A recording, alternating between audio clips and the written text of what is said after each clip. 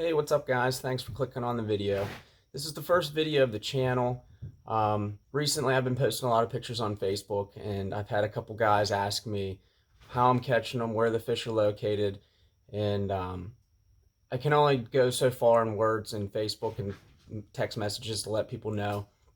So I decided to make a YouTube channel to kind of show people how we're catching these fish.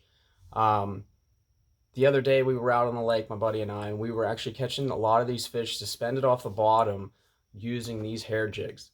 I'm actually finishing up an order for a guy right now who's wanted more marabou and some craft fur in his hair jigs. The one I'm finishing up right now has more bucktail in it.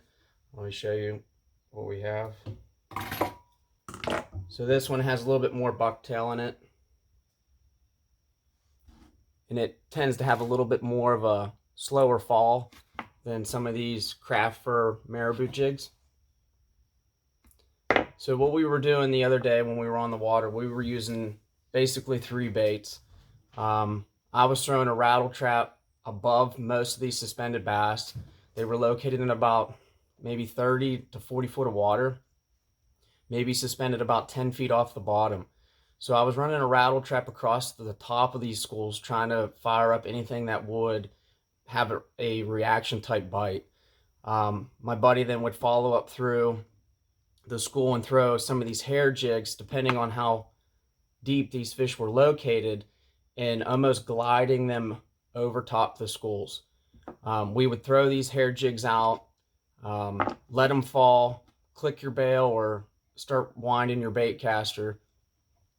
And if the fish were located here, we would drop it and almost just pendulum right across the top of these schools. Most of the time, this was our big bite bait. They would just inhale it. Like I said, depending on how deep they were and how quickly we needed to get down to them, because a lot of these schools that are offshore are constantly moving. So if you got to get to them quick, we went with more of these marabou craft that fell a little bit faster, but that still had a little bit of bulk to them. If they were a little bit shallower or holding to a piece of structure that we could cast on and wait several minutes for this thing to get to the bottom, we were using these. Another good tactic that we've been using in the past, the last couple months, is throwing these hair jigs out and almost long lining them. You'll throw them out, let them hit the bottom, and just either you can lift your rod tip up and kind of real slow to get that bait to come off the bottom and then glide back down, and then raise it again and glide it back down. We were catching a lot of good fish pretty much all spring and into the early summer months on these hair jigs. We recently just won a tournament on the Yough Dam using these same hair jigs. It caught one of our bigger fish in our bag, and it caught several good keepers. Unfortunately, we were finding a little bit different pattern that caught most of our other bigger keepers, but this definitely helped us put a lot of fish in the boat. I throw these hair jigs on several different heads. I've been going through different variations. I've been throwing them on like a VMC Moon Eye. We use a 1/4 ounce, a 3/8 ounce. We've been jumping up to some of these bigger hair jigs, using these swim bait hybrid jigs, 3/8 ounce. Sometimes we even go down to a 1/4 size. The 1/4 size we'll use if we're fishing more of a 45-degree bank on like maybe a point where we know there's schools of fish feeding up there. It takes a little bit longer, especially if you have a lot of bulk on this hair jig, to get it down there and kind of glide it, being that it's light and has a lot of material on it. But it is, in my mind, the offshore bait almost of throwing a Senko, but it looks like a bait fish, and it is absolute dynamite. When we are out there, we know for a fact that a lot of guys are not throwing these hair jigs. It's something that these fish are probably seeing for the first time. I was really hesitant on telling anybody about it, but you know, that's why I created this channel. I'm going to start sharing some secrets and tips on what we're doing and hopefully make you guys a better angler. I'll kind of get into the video a little bit here. You can see we were catching a lot of these fish on hair jigs. I did catch a couple on rattle traps, I believe, on the video. And we were also even using a wobble head with a Z-Man crawl. It's about maybe a 4-inch crawfish. We were using that if we were seeing these bait or the bass holding to some sort of structure.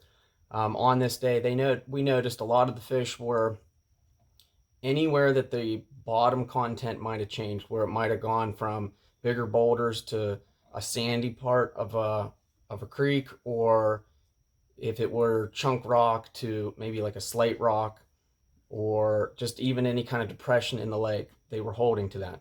Now, knowing the lake fairly well, once we established that pattern, we were able to run and gun and hit many spots. We would quickly fish these spots, catch the most active fish in the school, and then move on. So we were there for about 3.5 hours, and we caught a 15-pound bag. So it was a pretty good day.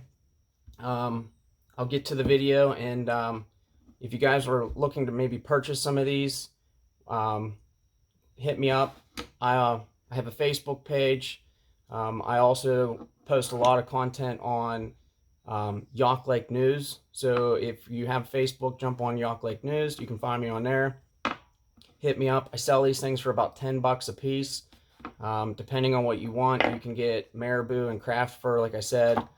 You can get just straight bucktail with marabou, or a little bit variations of some bucktail, marabou, and craft fur. So let me know. Tell me what you think of the video. Comment down below. Subscribe, like. If I get enough people to follow, I will start to share some more of my secrets. Now, for the video, we're at the Yough Dam. It's July 4th. We were there probably around 7 a.m. and we fished for a couple hours and we were out. So let me know what you think. Thanks.